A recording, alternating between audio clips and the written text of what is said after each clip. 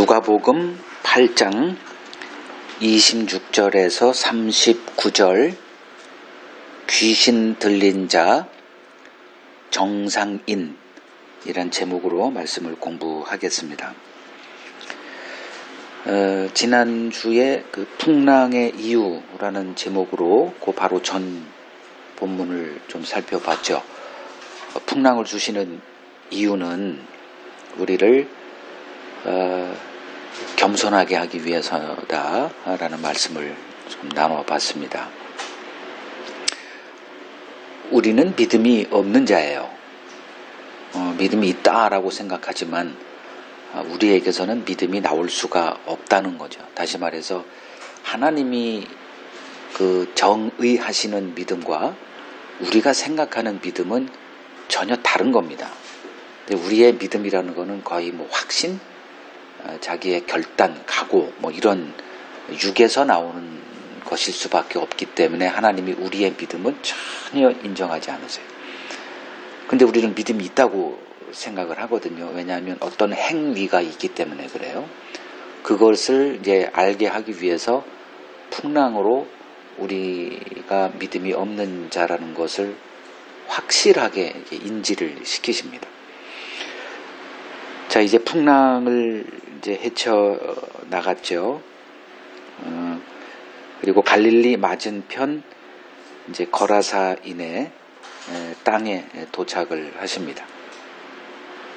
갈릴리 호수라고 그러죠. 갈릴리 바다라고도 하고 좀 이렇게 고구마를 세워놓은 것 같은 그런 형태예요. 그러니까 이 길이가 이제 21km 정도 되고 이 폭은 한 11km 정도 돼요. 한 2배 정도 크기. 가버나움이라고 하는 곳에서 이제 사역을 하시다가 오른쪽 중간쯤에 있는 그 거라사인 지역으로 이렇게 배를 타고 이제 건너가시는 장면입니다. 그곳에서 이제 귀신 들린 한 사람을 만나세요.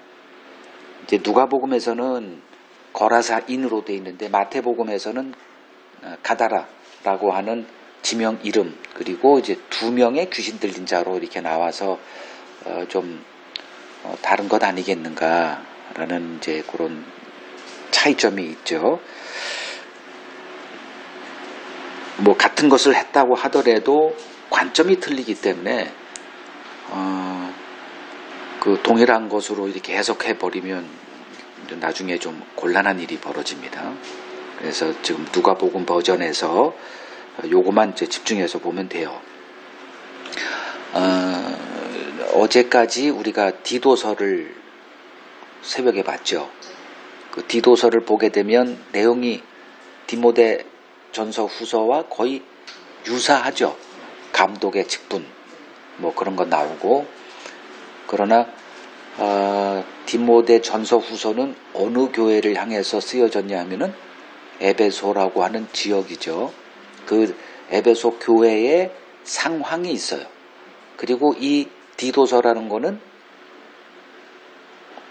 지역이 어디예요? 섬이에요. 그레데라고 하는. 그 성경에 보면 그 사도행전에 이제 섬이 2개가 나와, 구브로. 물론 이제 말타 섬도 나오고 그러지만 그건 한참 후고,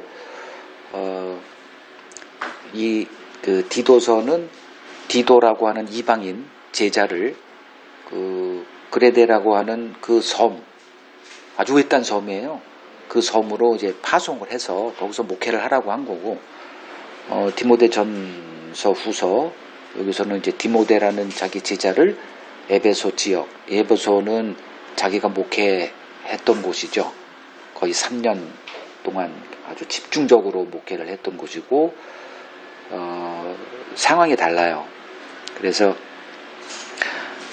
그때 우리가 방언에 대해서 얘기했을 때 고린도전서 13장에서 믿음과 소망과 사랑, 그 중에 제일은 사랑이다. 근데 그 디도서 1장을 보게 되면 1장 1절에 보면 믿음과 소망과 사랑 이렇게 나오지 않아요. 믿음과 경건에 관한 지식과 소망, 이 3가지가 나와요. 그러니까 믿음과 소망과 사랑 이 세 개가 항상 어디엔가 이렇게 써먹는 게 전가의 보도가 아니라는 거예요. 여기서는 디도서를 보게 되면 처음부터 끝까지 이렇게 흐르는 하나의 핵심 사상이 있는데 그게 뭐냐면 경건한 삶입니다. 근데 디모데 전서 후서는 그런 것이 물론 뭐 어디 그 서신서에 다 경건한 삶이라는 것이 주제로 이렇게 차지하고는 있지만 디도서 같지는 않아요. 그래서 디도서는 경건에 관한 지식, 진리의 지식, 그게 이제 아주 굉장히 강조가 돼요. 그래서 디모데 전서의 그 감독의 조건, 그것은 율법을 알지 못하는 자들. 그러니까 율법을 지켜서 행해야 된다고 하는 어떤 이 사고방식으로 그 에베소 교회에 침투했던 그 거짓 교사들에게 너희들이 과연 율법을 행하는 그러한 모습으로 그러한 그 사고방식으로 이러한 감독의 직분 자질을 너희들이 만들어낼 수 있겠니? 라는 차원이고, 이 디도서는 거기에 보면 이 그레데 사람들은 거짓말쟁이요 배만 위하는 자고 뭐 이런 거 생각날 거예요. 정말 삶이 엉망인, 아무래도 문화적으로는 섬이기 때문에 좀 야만적이지 않았을까. 그래서 굉장히 좀 그 문명, 그 시대의 문화 문명에서 동떨어진 그 섬 사람들이었기 때문에 완전히 문란하고 가정도 엉망이고, 그런 데서 복음이 훼손되지 않으려면 그 경건한 그런 행실이 그 본을 보여야 되는 그러한 측면에서의 감독의 자격, 이렇게 된 거예요. 장로의 자격이. 그러니까 전혀 다른 그 배경으로 이렇게 쓰여졌기 때문에 여기도 똑같네 라고 해석을 해버리면 전혀 엉뚱한 해석이 된다라는 거죠. 그래서 여기서도 지금 그 거라사, 그리고 뭐 마태복음에서는 가다라 지역 같은 거로 보면 안 되고, 누가복음은 누가복음의 그 상황이 늘 있다. 그래서 그거 좀 조심해야 된다는 거. 뭐 혹시나 뭐 이렇게 마태복음에도 비슷한 게 있는데 거기서는 거기에 마태복음에, 그러니까 마태복음을 쓴 마태의 관점이 있고, 누가는 요거를 기록한 자기의 관점이 있다라는 거. 그거는 우리가 좀 조심해서 살펴야 된다는 거예요.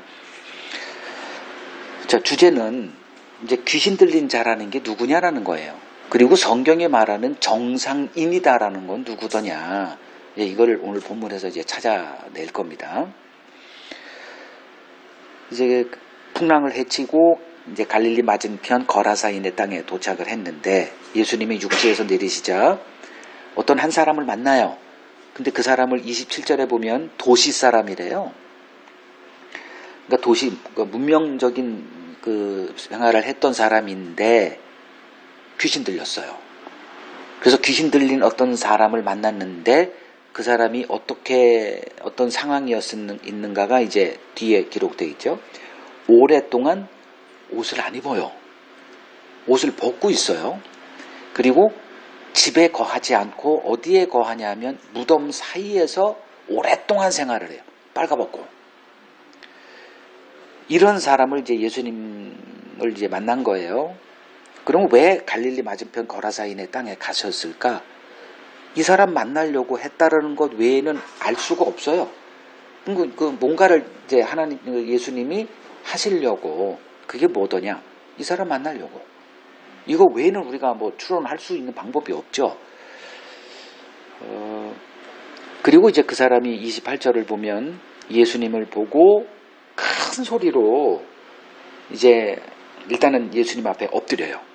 그리고 큰 소리로 이렇게 외칩니다. 지극히 높으신 하나님의 아들 예수여, 당신이 나와 무슨 상관이 있나이까? 당신께 구하노니 나를 괴롭게 하지 마옵소서. 이렇게 외쳤던 이유가 29절에 기록되어 있죠.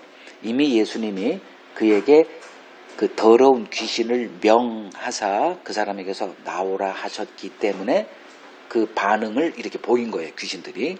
그러니까 이 사람의 그 육성이나 거기에는 배후가 있었다는 거죠. 그래서 그 귀신이 29절 중간에 보면 가끔 그 사람을 붙잡아 그리고 그를 쇠사슬 그리고 고랑에 매여 이제 사람들이 지켰음에도 불구하고 그것을 끊어 그리고 귀신에게 몰려 광야로 나갔다. 이제 가끔 그런 일이 이제 벌어졌다는 것도 기록해 놨고요. 그래서 예수님이 30절에 보면 내 이름이 뭐냐? 그러자 군대다 이렇게 얘기를 해요. 왜냐하면 수가 많아. 하나의 귀신이 아니라 많은 귀신이래요.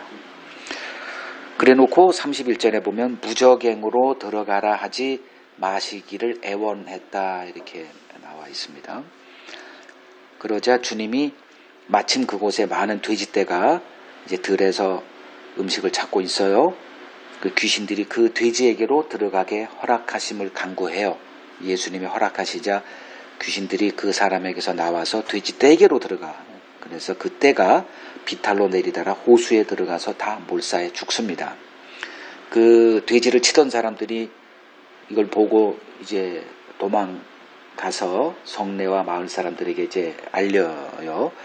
그 사람들이 그 일이 뭔지 이제 궁금하고 또 놀라서 이제 나와요. 그래서 예수께 이제 도착을 합니다. 뭘 보냐 하면은 35절에 그 귀신 들린 사람이 이제 정상인으로 돌아온 거예요. 그 모습이 뭐냐 하면 옷을 입고 있어요. 옷이라고 하는 주제가 이제 나오죠. 옷을 벗고 있는 건 뭐고 옷을 입고 있는 건 뭐더냐. 그리고 옷을 입고 정신이 온전해서 예수의 발치에 앉아 있어요. 이제 이걸 보고 이 사람들이 두려워합니다. 그 귀신 들렸던 자라는 거를 다 알아요. 얼마나 힘이 괴력인지 사슬도 끊고 이렇게 광야로 나갈 정도고, 근데 정상인이 된 거예요. 그래서 거라사인의 땅 근방 모든 백성이 크게 두려워하여 예수님을 모셔다가 뭐 이렇게 한 게 아니고 예수를 그곳에서 떠나게 간구를 합니다. 그래서 예수님이 이제 배에 올라 돌아갈 때 이 정상인이 된 귀신 들렸던 사람이 저도 함께 가기를 원합니다. 그러자 예수님이 아니야, 너는 할 일이 있어. 그래서 이제 도시로 돌아가서 하나님이 행하신 그 큰 일을 증거해라. 그래서 돌아가서 그렇게 했다는 내용입니다. 자, 그러면 지금 이 본문에 기록되어 있는 귀신 들림이라는 그 표면적인 모습, 그러니까 보통 우리가 귀신 들렸다라는 그 개념이 있죠. 오늘날 저 사람 귀신 들려서 일단은 정상적이지 않아요. 그러니까 우리들은 정상이죠. 그러니까 우리와 같지는 않은 어떤 기괴한 그런 행동을 하는 사람을 귀신 들린 자라고 얘기를 해요. 뭐 어떤 역사도 나와 있지만 무슨 괴력을 가지고 있다거나 그 엑소시즘이라고 하는 또 이렇게 축사, 귀신을 쫓아내는 천주교 신부가 이렇게 십자가 들고 와가지고 뭐 소금을 뿌리고 정화수 뿌리고 하면은 어떤 모습이 나와요? 흔하게 보통 여자들이 젊은 아가씨 같은 귀신 들려 있어요. 침대에. 근데 뭐 힘이 보통이 아니요. 그냥 침대를 들어 올려 부양을 그냥 공중 부양을 하고 뭐 창문을 깨뜨리거나 뭐 책상을 들어서 날르게 하고 이런 괴력이 나타나는 그건 이제 귀신 들림이라고 하는 이미지를 우리가 이렇게 갖게 되죠. 혹은 입에 거품을 물고 이상한 행동을 하는 사람, 이런 것들이 성경에 이제 장주 등장을 해요. 사도행전 19장에 괴력을 뭐 한다거나 사람을 밀어버린다거나 쓰러뜨리고, 그리고 입에 거품 물고 이상한 행동을 하는 건 또 마가복음 9장에 또 이렇게 나와요. 자, 이러한 현상이 있기 때문에 그런 현상이 없는 자신은 귀신 안 들렸다라고 생각을 해요. 그리고 나는 정상인이다라고 얘기를 합니다. 과연 그럴까? 이렇게 단순하게 생각할 게 아니에요. 성경은 이 세상을 마귀의 다스림을 받고 있는 곳이라고 정의를 합니다. 이거는 아마 부인 못할 거예요. 그러나 증거를 대라 그러면 뭐 속수무책이죠. 그 유대인들을 예수님은 마귀의 자녀라고까지 하셨습니다. 또 계시록 18장 2절을 보면 왜 이 세상을 하나님이 심판하시는가에 대한 아주 노골적인 말씀을 하세요. 계시록 18장 2절을 보면 힘찬 음성으로 외쳐 이르되 무너졌도다 무너졌도다 큰 성 바벨론이여 귀신의 처소와 각종 더러운 영이 모이는 곳과 각종 더럽고 가증한 새들이 모이는 곳이 되었도다. 그러니까 이 세상이 심판받고 멸망받는 이유는 이 세상이 귀신의 처소 그리고 각종 더러운 영이 모이는 곳이 되었기 때문이다라고 말합니다. 즉 하나님과의 관계가 끊어진 채로 살아가고 있는 이 세상 사람들은 그냥 귀신 들린 자들이다. 이게 성경이 말하는 인간의 실상이에요. 그러니까 내가 어떤 괴력을 보이거나 뭐 무서운 행동을 한다거나 입에 거품을 물고 눈이 뒤집어지고 뭐 이런 뭐 옷을 뭐 정상인 아닌 것처럼 입고 뭐 그렇게 한다고 해서 나는 그렇지 않다고 해서 나는 귀신 들린 게 아니야 라고 이렇게 단순하게 생각할 게 아니다라는 거죠. 귀신은 마귀는 그렇게 바보가 아니에요.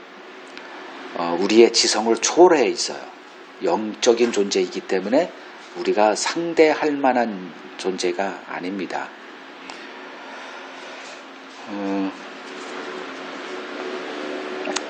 이미 이 세상 사람들은 악한 영에 사로잡혀 있다는 것을 성경의 진술을 통해서 우리가 인정해야 돼요. 경험으로 되어지고 그런 게 아니에요. 그래서 에베소서 2장 2절을 보죠. 에베소서 2장 2절을 보면 그때의 너희는 그 가운데서 행하여 그러니까 그때라는 거는 허물과 죄로 죽었던 그때 지금은 이제 그리스도 안에서 이제 살아난 자들이지만 그때 너희는 그 가운데서 행하여 그러니까 죄 가운데서 행하여 이 세상 풍조를 따르고 공중 권세 잡은 자를 따랐으니 곧 지금 불순종의 아들들 가운데서 역사하는 영이라. 그러니까 구분을 하죠. 그리스도 안에서 생명을 얻은 너희는 이러한 자들과는 달라. 그리고 지금 불순종의 아들 가운데 역사하는 영 가운데 너희도 살았지 않았니? 이걸 누가 알아요?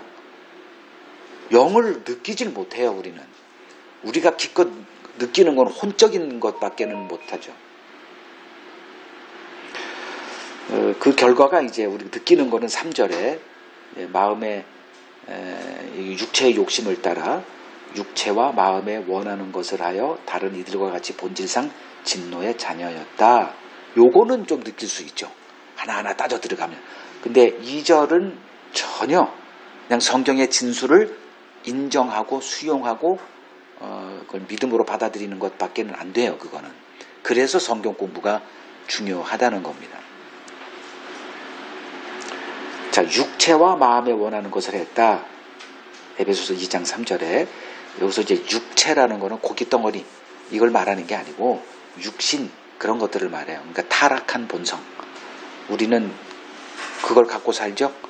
그리고 하나님의 영이 우리에게 임해서 이 둘이 이제 계속 싸움을 벌이고 있고요. 또 고린도 후서 4장 4절을 보면 그 중에 이 세상의 신이 믿지 아니하는 자들의 마음을 혼미하게 하여 그리스도의 영광의 복음의 광채가 비치지 못하게 함이니 그리스도는 하나님의 형상이니라.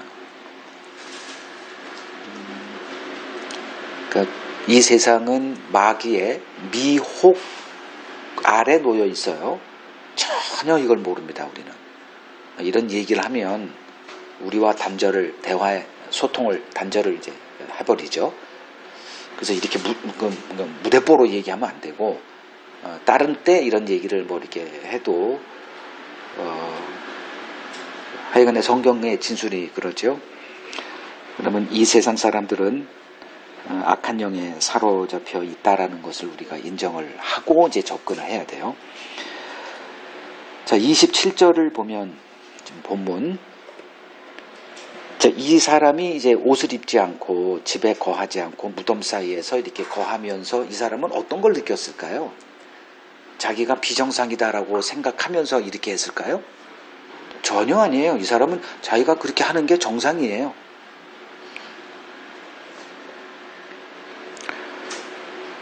이제 예수를 만난 후에 귀신에서 해방된 후에야 자기가 정상이 아니었다라는 것에 눈이 열렸을 뿐입니다.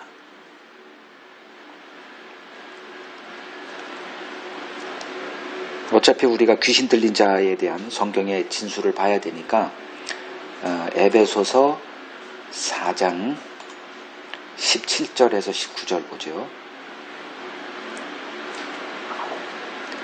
그러므로 내가 이것을 말하며 주 안에서 증언하노니 이제부터 너희는 이방인이 그 마음에 허망한 것으로 행함같이 행하지 말라. 그들의 총명이 어두워지고 그들 가운데 있는 무지함과 그들의 마음이 굳어짐으로 말미암아 하나님의 생명에서 떠나 있도다.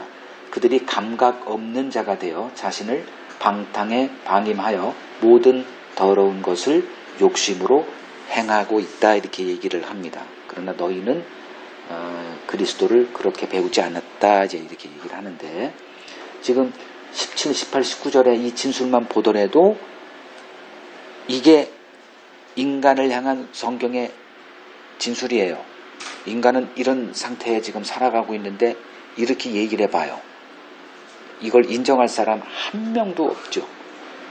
즉, 이 지금 거라사 지역에 그 문명 세계를 떠나서 그 집에 거하지도 않고 옷도 안 입고 무덤 사이에 거하고 있는 이 사람이 자기는 이상한 사람이구나라고 생각 전혀 하지 않고 생활할 듯이 오늘날 그 이 땅에 살아가는, 그러니까 이 땅에 태어나서 살아가고 있는 모든 사람들이 다 이렇다는 거예요. 이걸 누가 인정을 하겠어요? 마음에 허망한 헛된 것을 쫓아 살아가요. 근데 너희들은 왜 헛된 것을 쫓아 살아가냐 이런 얘기를 하면 그 사람들이 받아들여져요. 지금 뭐 치밀하게 계획 세우고 판단하고 뭐 머리 굴리고 계산하고 해서 가장 옳고 바르고 자기에게 유익한 것을 쫓아 살아가고 있죠. 총명이 어두워졌다? 인정 안 해요. 그러니까 우리는 그냥 성경에 있으니까 그냥 읽고 이렇게 하는데 이것에 우리가 머물러 있어야 돼요. 내가 진짜 이러냐? 감각이 없다? 내가 감각이 있는데? 나 방탕하지 않은데?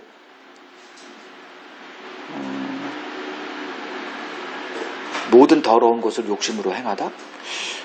뭐 간혹가다 더러운 건 뭐 할 수도 있겠지만 난 모든 그렇지 않아. 다 부정되는 말들이에요. 근데 성경은 아주 그냥 일상으로 이렇게 얘기를 하고 있죠. 자, 이러함에도 세상 사람들은 자신이 이렇게 살고 있는지 전혀 느끼지도 못하고 살아갑니다. 그들에게 귀신 들렸다라고 말하면 굉장한 모독감을 느껴요. 이건 뭐 이렇게 얘기해도 안 되는 거고 사실은.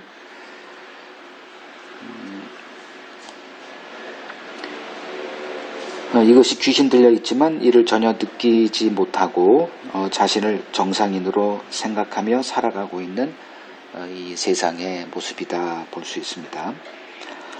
성경은 인간을 어떤 자들로 보냐 하면 그냥 한마디로 부정하다 이렇게 얘기를 합니다. 그걸 알려주는 이제 성경이 레위기 12장이에요.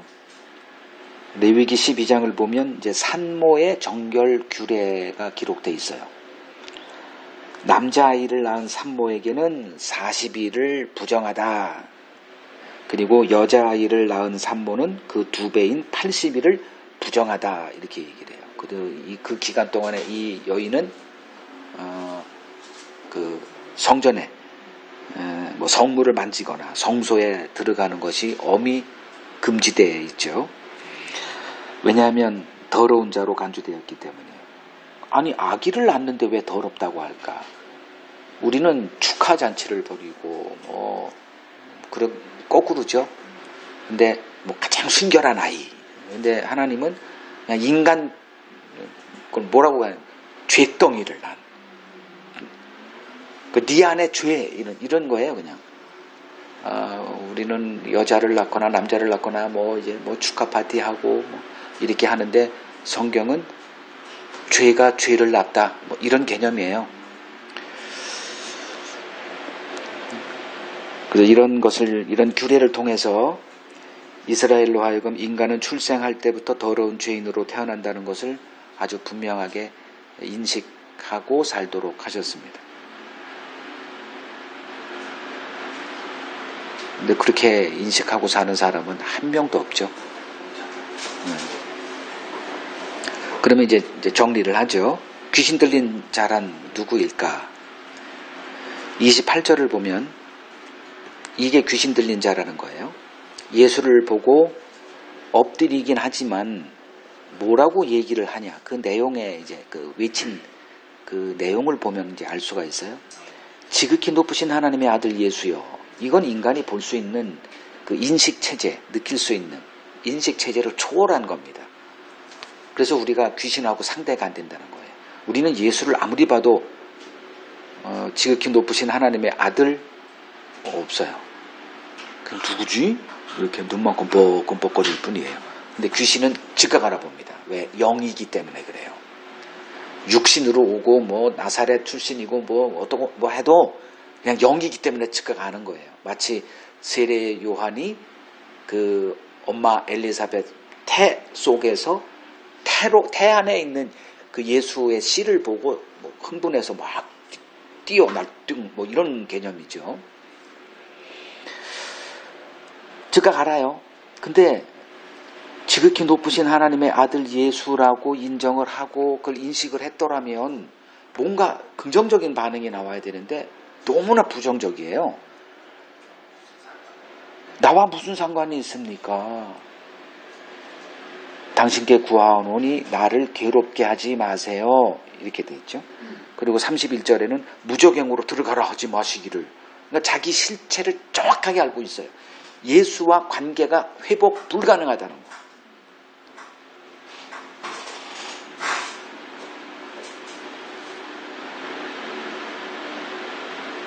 그러니까 자신의 더러움과 수치를 전혀 몰라요. 자신의 실상에 대해서 전혀 몰라요. 그래서 이러한 절망적인 상황에서 우리를 건져주기 위해 오신 그 예수 그리스도의 필요성을 알지 못하고 있는 이 상태가 바로 귀신 들린 상태라는 거예요.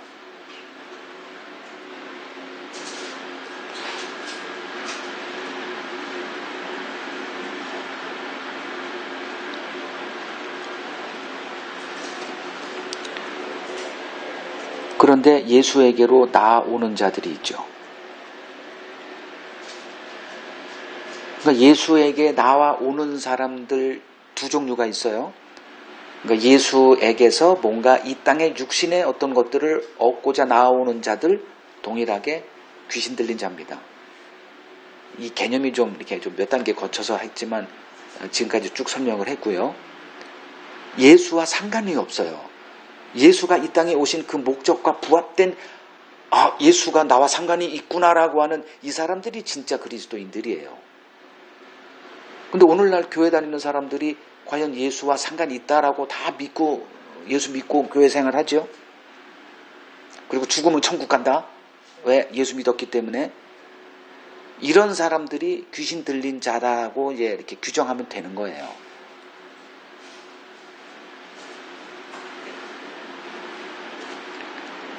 그런 가운데 예수에게로 나와서 예수와 나는 상관이 있습니다. 라고 하는 자들이 이제 등장을 해요. 그들은 누구냐?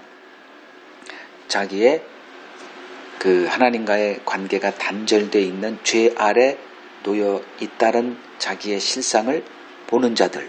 이거는 우리가 인식할 수 있는 그것을 초월한 자들이에요. 우리가 인식할 수 있는 거는 이 땅에 속한 것밖에 없어요. 근데 그걸 초월해서 예수가 나의 죄 문제를 위해서 오신 분이다? 이거를 인식한다? 이거는 인간의 인식 체제를 넘는 거라니까요.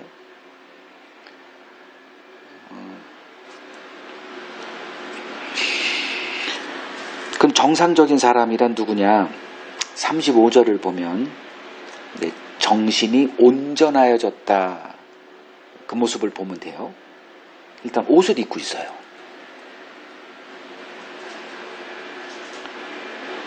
그 정상적인 사람이자는 누구냐 하면 그 예수로 인해서 귀신에서 노임받은 사람이에요. 그럼 귀신에서 노임받았다라는 건 뭘 의미할까?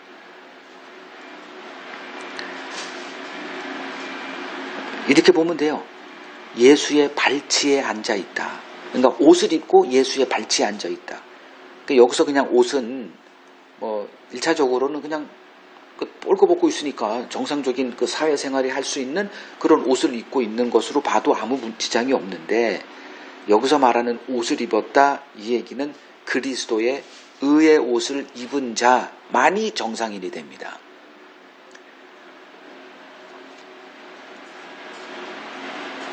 그래서 예수의 발치에 앉아서 뭘 해요? 성경에서 예수의 발치에 앉았다는 얘기는 이제 듣는 거예요. 이걸 정상인이다 이렇게 얘기를 해요. 들리는 거예요 이제. 그 다시 살아난 나사로 우리가 이제 봤죠. 요한복음 11장에서 그를 정상인 만들기 위해서 주님이 하신 일이 뭐죠? 지금 죽기 전에 빨리 좀 와달라는 그거를 딱 기다리고 있는 거예요. 언제까지? 완전히 죽어서 시체가 돼서 무덤에 갇힐 때까지 꼼짝도 안 하십니다. 죽이는 거예요. 이런 물리적으로 우리를 죽이면 우리는 끝장나죠. 그러니까 지금 죽인다는 얘기가 뭐냐? 죄 아래 놓여 있는 우리들의 상태를 눈으로 이렇게 인식할 수 있도록 하는 그 일을 하시는 거예요, 주님이. 그리고 나서 무덤에서 다시 나오잖아요. 나사로야 나오라. 그리고 이제 메인체로 이렇게 나오는데 이제 벗겨 풀어놓아 다니게 하라. 그 후에 그가 보인 모습은 예수의 발치에 앉아 있는 거예요. 11장에서 죽었다 살아나고 12장에 이제 그의 변화된 모습이 뭘까? 이제 남들과 같이 예수의 발치에 앉아 있는 그 나사로의 모습처럼 이 사람도 지금 이 모든 과정이 다 정상인으로 만들기 위한 하나의 과정, 그것을 보여주기 위해서 주님이 한 귀신 들린 자 찾아간 거예요. 그리고 정상인 만드는 과정을 보여주고 누가 귀신 들린 자인 줄 아니? 그리고 누가 정상인인 줄 아니? 이것을 보여주기 위해서 주님이 풍랑을 통과하고 제자들을 고쳐주고 믿음이란 무엇이고 다 알려준 다음에 그곳에 도착해서 지금 이러한 일들을 이제 행하시는 거죠. 정상인이란 누구냐? 하나님의 말씀을 들을 수 있는 귀가 열린 사람. 이게 왜 중요한 줄 아세요? 하나님의 말씀 안에서만 새 사람이 될 수가 있어요. 하나님의 말씀을 듣지 않는 사람은 발치에 앉아있으면 뭐해요? 교회 다니면 뭐합니까? 자. 그러니까 그 말씀을 들어야 되는 거예요. 들어야 이게 새로운 하나님이 정상인이다라고 하는 그 질서 속에서 자라갈 수가 있어요. 저도 동일해요. 내가 거듭났다는 걸 언제 아느냐? 하나님의 말씀은 씨라고 얘기를 해요. 이 씨앗이 우리에게 뭐 물이라고 해도 상관없어요. 이렇게 어딘가에 이렇게 두 가지 종류의 꽃이 있다고 칩시다. 식물이 있다고 쳐요. 하나는 조화예요. 하나는 진짜 이렇게 파죽이 돼 있어요. 이거는 아주 생생해. 그 생생하다고 해도 물 줘도 아무런 변화가 없어요. 그 모습 그대로예요. 근데 파죽이 돼가지고 저거 죽을 것 같은데 물 주면 어떻게 돼요? 생명이 있으면 살아나요. 이렇게 늘 제가 이 말씀 앞에서 그런 걸 경험합니다. 말씀 밖에 있으면은 뭐 뭔지 몰라. 그냥 저거 살아있는 내가 목사인지도 모르겠어. 근데 말씀이 들어오면 반응이 보여져요. 지금 이 사람이 그런 사람이죠. 주님이 등장했어요. 주님이 하신 거라고는 그냥 귀신을 내쫓은 것 뿐이에요. 아무것도 한 게 없어요. 그리고선 정상인이 된 거죠. 예수 만나서 그냥 정상인이 됐어요. 옷 입고 발치에 앉아서 예수의 말씀을 듣는 자가 된 거예요.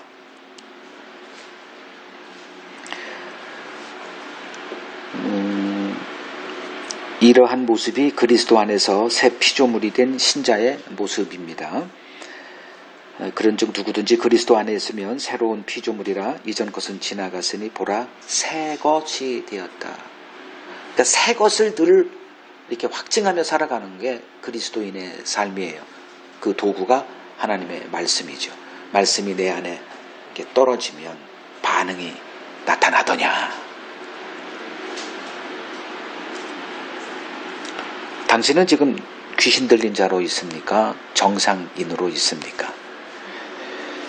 그리스도로 옷 입고 그리스도의 발치에 앉아서 그리스도의 말씀을 듣고 그분이 행하신 큰 일을 사람들에게 이야기할 수 있는 사람이 정상인이라는 것입니다. 내가 누군지 이 말씀을 통해서 한번 점검해 보시기 바랍니다.